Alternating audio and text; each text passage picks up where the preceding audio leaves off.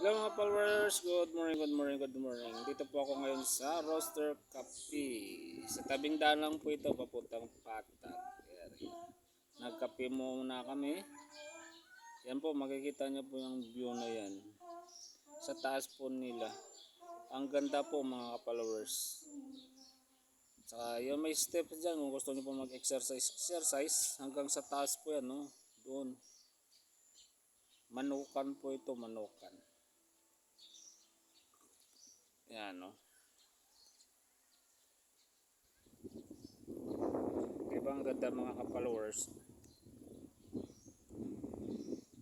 Ang ganda po ng view, green na green. O, di ba? Dumaan lang po kami dito para magkape, mag-almusal bago kami magkadto sa Patag Resort. Maligo kami sa kanilang falls. Ayan o, mga followers o. Ang ganda po dito. Sa tabing daan lang po ito.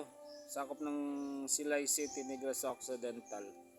Pag pupunta po kayo ng Patag, madadaanan mo nyo po ito, yung Roaster Cafe. Kasi nasa tabing daan lang po siya mga ka-followers. Sige mga ka-followers, madaming salamat. Good morning international. God bless.